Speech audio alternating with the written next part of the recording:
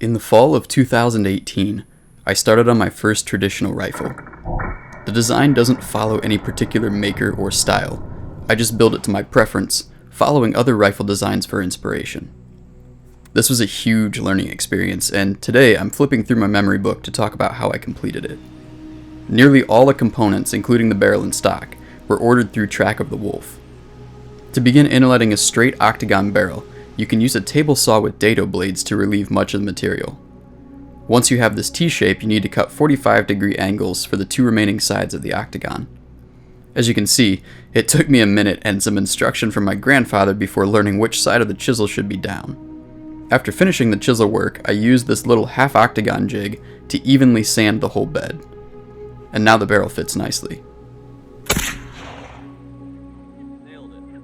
Fitting the breech plug requires patience and even file strokes. I had to remove several threads to get the tang flush fit to the barrel. Once I was close, I used inletting black to read where material still needed to be removed from the plug to create a proper seal with the barrel. At this point, I cut a design out of the tang before inletting it into the stock as well, and you can see the inletting black I used here was soot from a candle. After marking with the soot, I'm working away the material to inlay the tang. And let's just not talk about that blade. As I inlet the tang, I'm also cold bending it to match the profile of the stock. I then moved on to laying out a center line on the rifle and drawing out a basic top view profile. Then I cut away some excess bulk wood to make working easier. You can see I also cut away the sides of the stock to reveal half the barrel. That was really light. My grandpa has a jig for cutting the Ramrod channel using a router, and once things are lined up properly, it makes the process a breeze. Next, I'm laying out the locations of the underlugs, which require dovetail cuts in the barrel for installation. I accomplished this with a combination of hacksawing and filing. They weren't perfect, but they were plenty good to do the job. Once installed, I also inlet each of them into the stock. Drilling them for pins is an easy place to make a mistake, so I measured a couple times before running the bit in. Ramrod thimbles are pretty straightforward and get pinned much like the barrel. Looking closely, you can see I changed my design on the entry thimble. I'd forgotten about that until just now. I used a Bedford County lock by L&R for this build, and I really like it. They're truly beautiful mechanisms. To inlay the lock, I stripped it down and started with just the plate. Jake, again here with On-Site. We're going to practice some more freedom trimming today. We got a pine tree limb here. Going to need some reduction off the bottom. To locate it on the stock, I lined up the lock pan with the side flat of the barrel just in front of the breech. Then I began tracing the lock and cutting away what wouldn't be part of the rifle. And yes, I did use a Dremel for part of it. Utilizing the candle soot, I continued working until the pan was flush with the barrel. We're time period accurate today, 18th century technology here, so go ahead and get after it. I then marked the optimal location to install my touch hole liner in the barrel, which, in my opinion, is centered just a bit above the top of the pan. This helps keep powder in the pan from blocking the hole. I've had very fast and consistent ignition this way.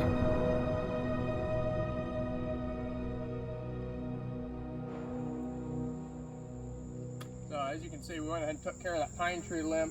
Went ahead and lifted the canopy a little bit on it. So this is something we're going to be offering here. It's going to be pretty affordable for what you're getting. Package deal $999.99. Go ahead and book with us today if that works for you. Thanks.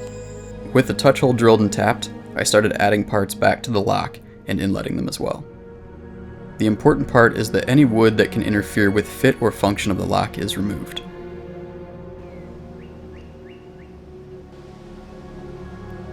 Now the triggers can be inlet, and finding the proper location for a double lever, double set trigger like this one comes down to determining the position where either lever can set off the lock. I marked that window on both the trigger plate and stock as a reminder while inletting. I started by cutting the channel for the spring and levers, then worked the plate into the proper depth. You can see that my trigger had a weak spot in the casting and broke off at the top, but it doesn't affect function, so I haven't replaced it. Inside the barrel, I cleaned up the touch hole and filed the liner flush. I also filed the liner flush to the outside flat of the barrel, and I cut a deeper driver slot to keep it from stripping out during removal, as well as boring the liner for better ignition. To fasten the lock, I used 2 lock bolts supported by a side plate. I drew out a rough design, which I then cut and filed from a plate of German silver. I drilled holes through both the lock and side plates, taking care to align them just right. The slightly smaller holes in the lock plate were then tapped to receive the bolts, and the thread ends cut off and filed flush to the lock plate. At the same time, I also came back and brought the stock flush to my trigger plate. Then I finished off the side plate with final shaping and polishing. Having all the functionality necessary for the rifle to work, we braved the freezing rain for a test fire.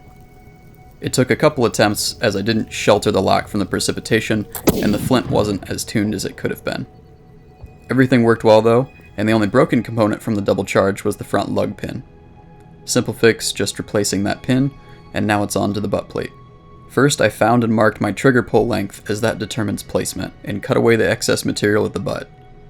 The plate was sandcast brass and needed cleaned up before installation, so I worked it over with files and sandpaper.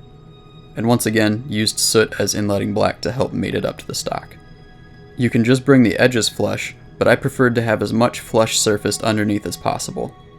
I can't speak for everyone else out there, but that part was definitely time consuming for me. Worth it though. With the butt plate fit, it's clear that a lot of wood can be removed from the stock, but before it can take shape, I need to get a few more parts inlet, so I'm moving on to the side plate, and then the trigger guard, utilizing the same marking and removal methods as before. For my trigger guard, I chose to fasten it in the back with a pin, but the front utilizes the tang screw, which I also ran through the trigger plate. Here I've marked the angle at which I need to drill to hit the plate and the guard. Then I trimmed the sprues and roughly filed the brass, removing the front mounting point and inletting the back. Afterwards, tapping through the trigger plate into the guard and fastening it all together. Then you can see I began shaping around the lock area, moving down towards the butt plate. There were some minor gaps around the brass here, but I was okay with putting a little wax in them while finishing. And honestly, they're much less noticeable at that point. You can see I've added the hardware to keep the plate in place. I also put a toe plate on this rifle, and with the somewhat intricate design, it was really nice to have a jeweler's saw handy to make all the fine cuts. It was tedious, so I took a break and worked on the muzzle cap partway through. And once I had it inlet, I added this little crow who hides under the ramrod most of the time. Since it's mostly been close-ups, here's the rough progress so far. Now to get that toe plate in place, I planed the surface flat and to the proper angle, and then drilled the plate and screwed it down flush. I then marked around the design, removed the plate, and inlet it. There were definitely a few gaps here and there where I didn't exercise enough caution with my tools. It's easy to cut too much, a lot easier than it is to put it back. You can see I've thinned down the stock around the side plate, and overall the rifle is starting to take a better shape. On the opposite side, a little more removal, and it's about time for the patch box. Utilizing a blank kit, I laid out a chipped flint design, and cut it out with my jeweler's saw. Then I chose my placement, laid out the center line, traced on the design, and began inletting. The patch box overlays the butt plate, so I had to trim and file the overhanging parts. The box is cut, then the spring and lid installed, followed by these side plates. During final shaping of the stock along the barrel, I cut some channels and grooves and a few other little designs. I also made some more decorative inlays from the German silver. The moon, stars, and chevrons for the barrel pins, and the big star for the cheek. I drilled and inlet each of the inlays along the barrel first. With the stock finally thinned down all the way here, I came back and fit the pin for the rear part of the trigger guard. Then I worked in the cheek piece.